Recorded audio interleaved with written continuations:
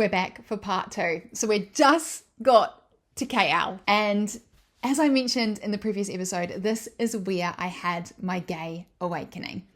Welcome to the Becoming Space podcast. This is where we break the rules of who we should be and step into the truth of who we are. I'm Zisha, and here we explore the moments that change us, the stories that shape us, and the deep knowing that who we are right now is already enough.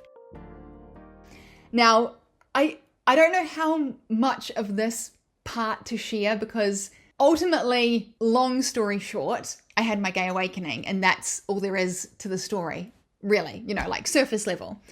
But I think that in order to really understand how I just had no idea that I was actually gay, there's so many layers to the experience that invited me to have that penny drop moment. So I do want to share all of the ins and outs because I feel like the layers are important to really understanding how I went from straight Zisha to gay Zisha. And honestly, it was like a rebirth, and there's been a lot of grief having to say goodbye to straight Zisha. So we'll get more into that in another episode and the grief that I've had to experience in my personal coming out journey, the grief for myself, my own straight version of me. But we won't dive into that today. I want to really focus on the magic that was created by the universe, the divine, the creator, the Big Bang, whatever you want to call it, in terms of me having this self-discovery. So just to take you back, we've got all the good vibes. I've just been in Bali. I've just discovered this whole new world that's just opened up to me. And if you want more of that, of course, I go into detail in the previous episode. And life is just feeling so good, and my physical world is perfect. Yeah, I did have this tiny little voice inside me that was saying something's missing. Something's missing, and I'm just still avoiding that. I'm like, nope. Not ready to deal with that yet. I've worked my whole life to get here. Like, this is my perfect life. And I'm not letting anything get in between me and my perfect life, Like, no, this is it. This is what I'm doing. I'm here. We're doing it. And, no one can convince me otherwise. I'm putting my foot down. We are here, and we're not addressing this void that we are feeling. Oh gosh, just the amount of knowledge that I have now, it's like, just side note, side quest. If you are avoiding something, avoiding a void, that void holds your answers. But we'll keep going. This city was pushing me to my absolute limits. We had one night there, and I was feeling so out of my depth. Quite a lot had happened, but what had happened wasn't really in relation to my gay awakening, and I really want to focus on kind of like how the universe conspiring to get me to the point that the penny dropped. So I was literally ready after everything that had happened in just 24 hours of being in Kuala Lumpur. I was ready to just book a flight and let's just go through to Thailand, because no, thank you. I cannot do this. It's too much. But I woke up, went to sleep, woke up that morning and had a message from this friend of mine, and we met up that evening, and that message kept me in Kuala Lumpur. If she hadn't reached out, I just don't think I would have stayed. And that was the universe holding me in this Kuala Lumpur canister saying, nope, you're staying.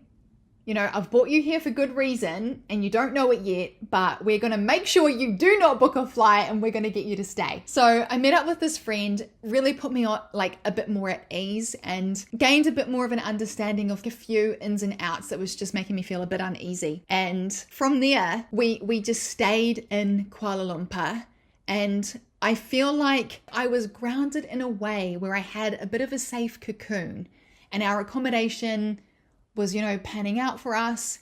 And I had no external noise, and I was kind of just nestled in my own world. And after a week or so of just nestling into this kind of safe zone, I really felt that it was time for me to start unpacking the Bali trip that I had been on with this group of amazing once strangers, now friends, and really come to an understanding within myself why I felt like something was missing on the inside, when everything about my life in the external world was perfect. Now, I feel like in my previous version of myself, I would have been very, very quick to blame, and that could have been blame others or make up an excuse, a logical excuse, or say, oh, but if my external world was A, B, C, I wouldn't feel this void. But none of those solutions cut the mustard in this instance. And I knew because of all of the life coaching sessions I'd already had prior to Bali, and those life coaching sessions gradually peeling layers away, I was becoming so much more self-aware and so much more grounded, regulated. Yeah, I'd had all the excitement from traveling and new experiences, but that week or two, it brought me back to, okay, this is something within me. Whatever I feel like is missing has to be something within me, because it's not on anyone else. It's no one else's responsibility to make me feel whole. And quite honestly, my external world was perfect. It's everything I had ever wished for and hoped for and dreamed for. As I said, it wasn't this box. It wasn't this white picket fence box. It was always what I saw for myself. So why did I feel so empty? I did a lot of journaling at this time, and just trying to really dig deep and unpack more and more layers. And during that time as well, I had a session with my life coach, and I just cried and cried and cried and cried and cried. I just couldn't understand why everything was falling into place, but I felt just so lost and so confused, and everything I'd worked for, it didn't feel right. It just didn't feel right. And I stayed in bed for 3 days in the end. Like I just couldn't even handle the world. Like I was beyond. I just didn't know what to do. I felt like I had tried everything. I felt like I had worked my absolute butt off. I felt like I had ticked every single one of my boxes. Yet something was off, and I didn't know what it was. And I was so desperately just trying to figure it out and control the situation and make logic of the situation and all of these things that we're conditioned to do and we do as humans. And I was just pushed and pushed and pushed and pushed to this moment of discomfort that I ended up sitting down at the desk in the hotel room with my journal, and I surrendered everything to the universe. I sat down with my journal and my pen and wrote to the universe and said, "Universe, if this is how I feel with all of these boxes that I've worked so hard to accomplish, I don't want it. I'm giving it back to you." I went into more depth in my letter to the universe and surrendered my marriage, which was so incredibly hard. Making a commitment, a lifelong commitment to someone, and having to go against your promise was so incredibly difficult for me.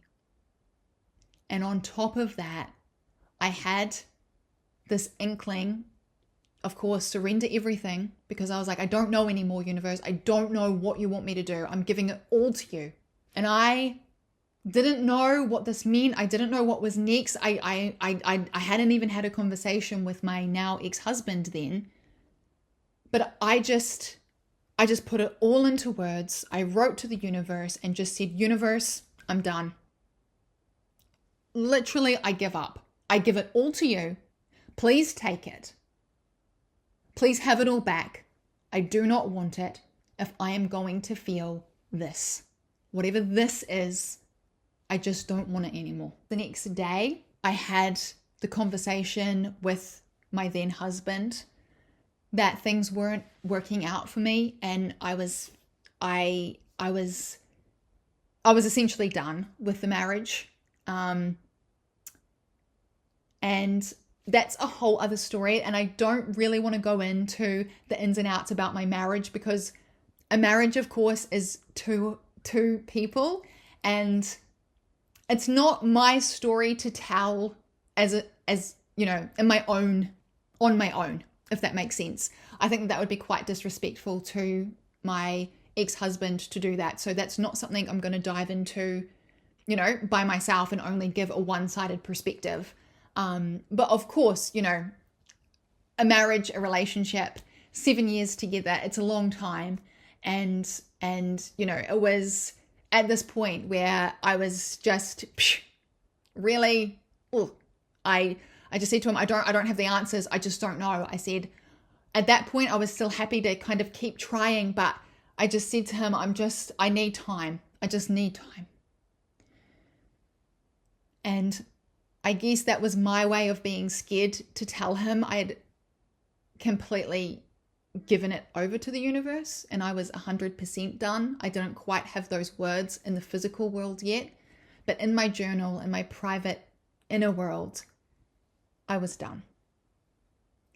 And I think the external version of me, or the logical version of me, couldn't 100% say that out loud without just trying a little bit more. And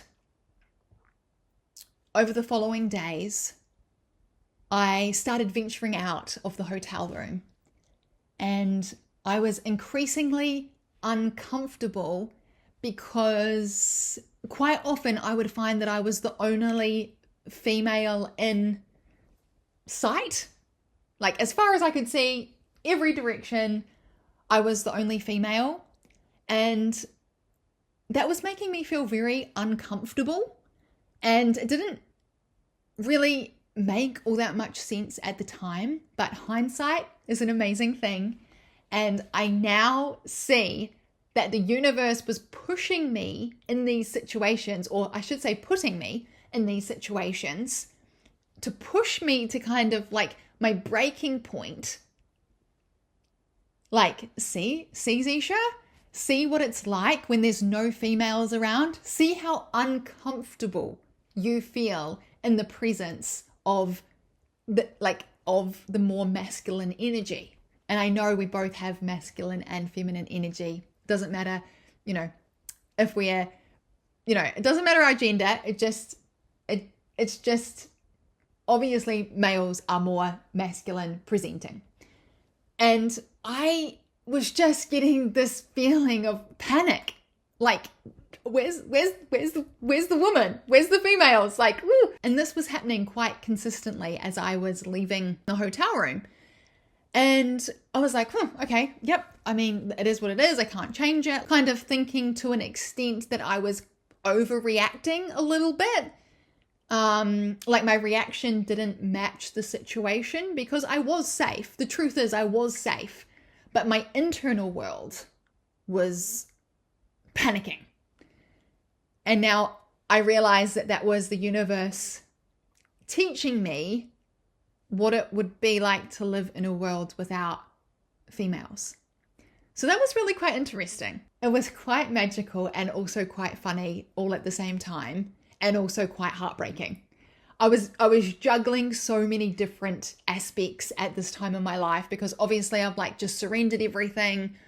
I'm feeling this discomfort about being around only masculine energy. It was a lot, and I was just feeling so out of my comfort zone. And it got to the point where we'd gone into the CBD and we'd watched the Colourful Light show, which was really amazing. And that night I got home and I was actually doing a lot of meditating at nighttime. It's like, when the city is asleep, and it gave me a lot of time to think and reflect and just connect with the divine, the creator, the universe. And between going in and out of these meditative, I don't think I'm saying that right, but that's okay, state, I was also contemplating life. So I was kind of flowing in and out of my internal world and then reality.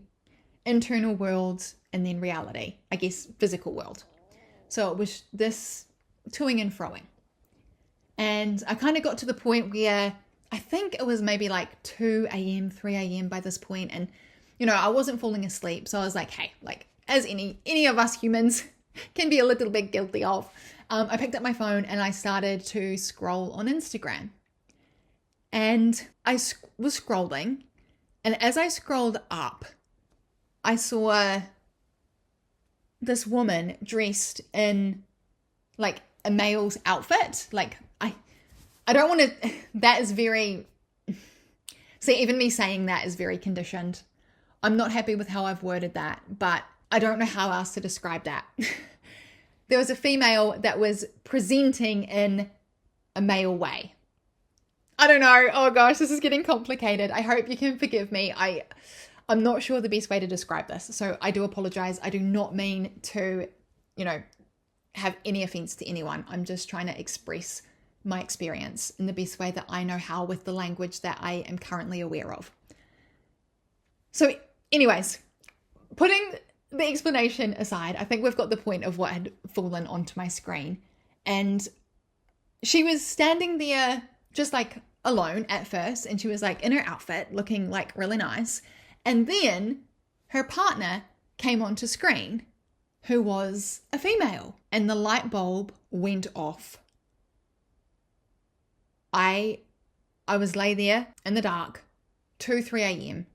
in a city I'd never been to before, miles and miles and miles and miles and miles away from home, next to my husband at the time, and I had just had my gay awakening.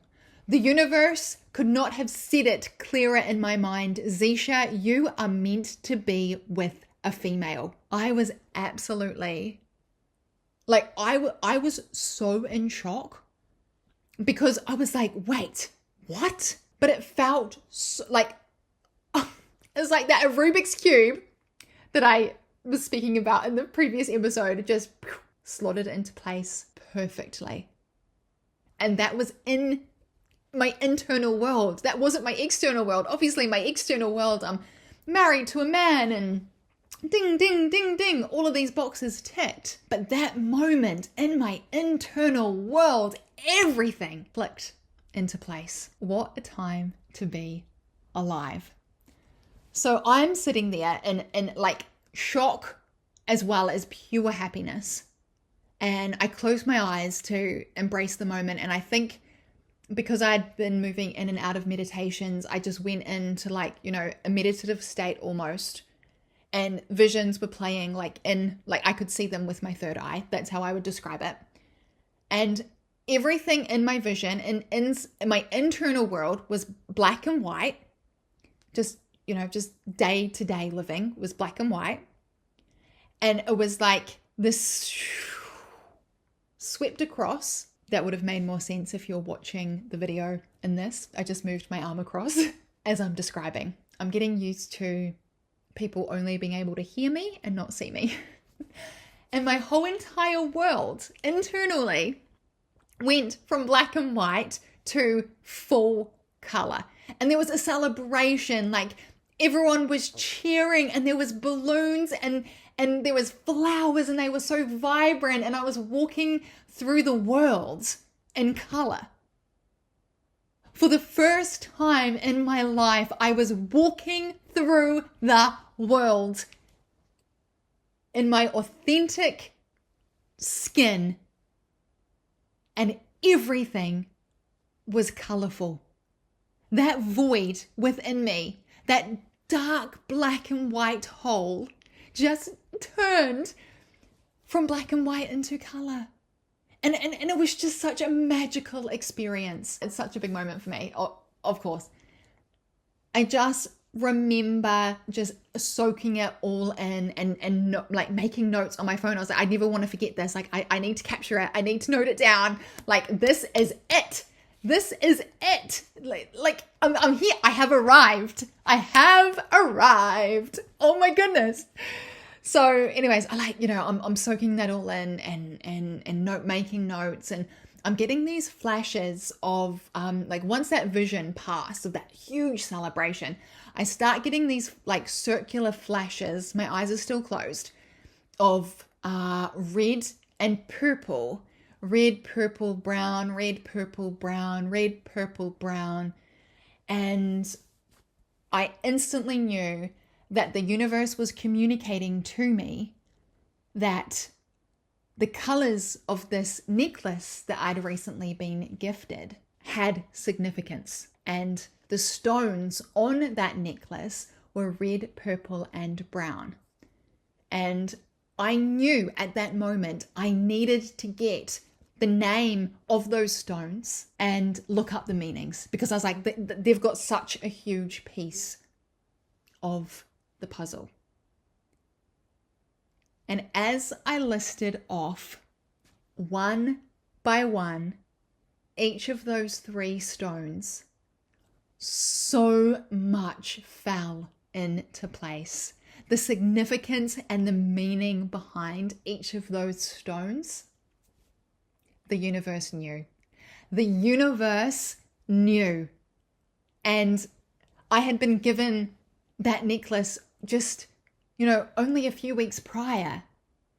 And the universe had completely and utterly lined it up ever so perfectly in a way that was so incredibly magical. You couldn't even read about it. Like it's just how it all fell into place. Pure magic. So obviously the next day I got the definition of those stones. Let me take you back to me laying there in the dark next to my husband at the time, and I've just had my gay awakening, and I'm electric. Like, I am physically electric, spiritually electric, emotionally electric, and I'm just by myself, and everyone is asleep, and I was like, I just want to embrace every moment and just sit in this and just soak it in, because I'm only going to get to do this once. And then amongst making notes about it, and I was me. I had found me. I had found Zisha, and I couldn't fathom. And I was just I was so elated to know that I get to spend my life with a female on a romantic level. Like, what? I was just so like, I never knew for myself that that's the type of love that was truly aligned for me, because of all of the conditioning, and just, I really can't put into words how blind I was to the fact that this was my authentic self. Like, to the point I had married a male. Like, I had literally committed to being with a male for the rest of my life. And all of that energy and excitement that I felt, I was also like, how did I not see this sooner? Like, I've had to go through all of this, and I feel, now my husband at the time is married to a gay woman. Like, I'm like, how, universe? Like, what is going on? And I'm just laying there, and I'm just, things are just flying through my mind. And I pick up my phone again to look at it, and it flicks to Instagram, and it flicks to another reel of a female presenting in masculine clothing.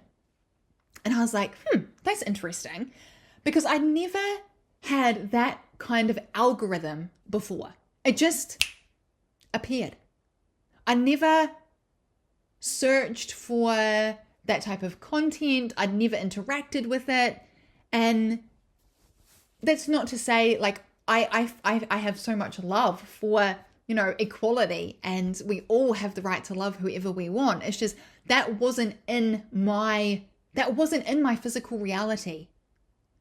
And the fact that all of a sudden the universe was like putting these reels on my phone to help communicate to me and solidify, yes, Zisha, you've found you. And unplanned, the first day trip out was to the beautiful, colorful steps in Kuala Lumpur. And I was just like, universe, you are on fire. The universe took me to one of the world's biggest rainbows. And I was like, no way. And I had not told my ex-husband at the time. I have to save that story for another day, but I needed time to process all of this, of course. So this was all my internal experience of, seeing all the whole entire rainbow, steps before my eyes. I can just picture it now. I just don't have words. You can't make this up. Just the night before, I went and watched a colorful light show. And then I had my gay awakening. The meaning of the necklace taking me to the world's, I'm assuming it's the world's largest set of rainbow steps, all in celebration of me being a gay girly. I was like, universe, you are incredible. I went from my very, very darkest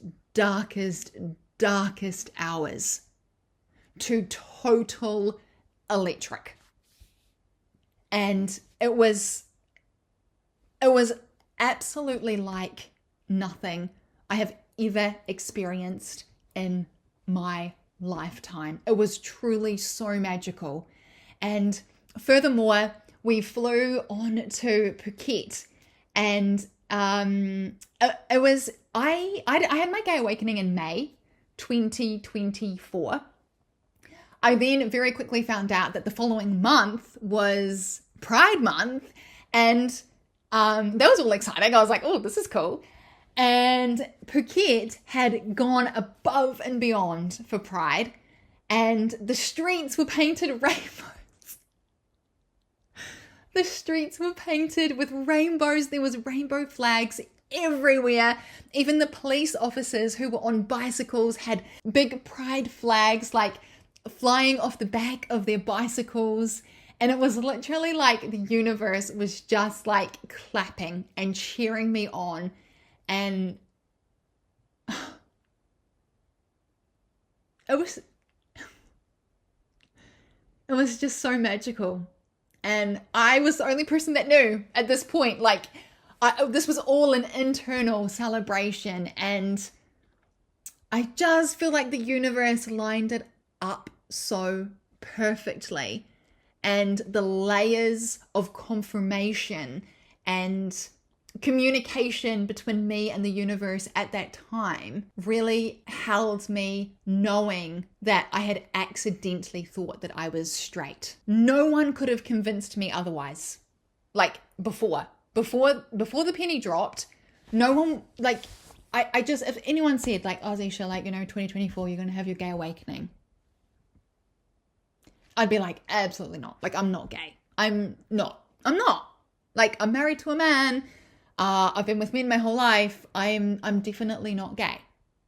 I'm straight. No. I was wrong. I just had no idea. I feel like I've covered the main points in this, and this whole entire story of me believing the lie and pulling through to having my gay awakening and discovering this whole entire authentically aligned self is of course like the most life-changing moment of my life. And it wouldn't have happened if I hadn't taken risks. It wouldn't have happened if I hadn't committed to my inner work. And to be honest, I didn't even know that inner work, there's different names for it, but the purpose of my podcast, I'll call it inner work because that's how I describe it. I wouldn't even have known it existed unless I had taken on the transformation with my life coach and dedicated those resources and that time to moving from burnout and so many pre-written scripts and conditioning and beliefs and this whole entire unlayering week by week, bit by bit, experience by experience, learning to love myself enough to get to the point that my authentic self felt safe to be heard. And ultimately, that's what I think it comes down to. Ultimately, I think that is why I did not know I was gay. Because sometime in my very early ages of life, that authentic self was told that it's not okay. And that piece of me, the authentic, most aligned and electric piece of me, was silenced and suppressed and buried so long ago and under so many layers. That is how I believed the lie. And my ultimate purpose in this world is to hold space where others can heal in a way that allows them to be reintroduced to their authentic self. And it's exciting. And let's see what the rest brings. Sending my love. Thank you for being here on the Becoming Space podcast. These conversations are just the beginning. And if you feel drawn to explore deeper, my coaching space is open by application for those who are ready to step into more of who they truly are. I'd love to connect. You can find me on Instagram at Zisha Aspin. If you're enjoying the Becoming Space podcast, I'd love for you to follow, leave a review, and share it with someone you love to share the love. You are exactly where you are meant to be. There's no rush, no right way, only your way. See you next time.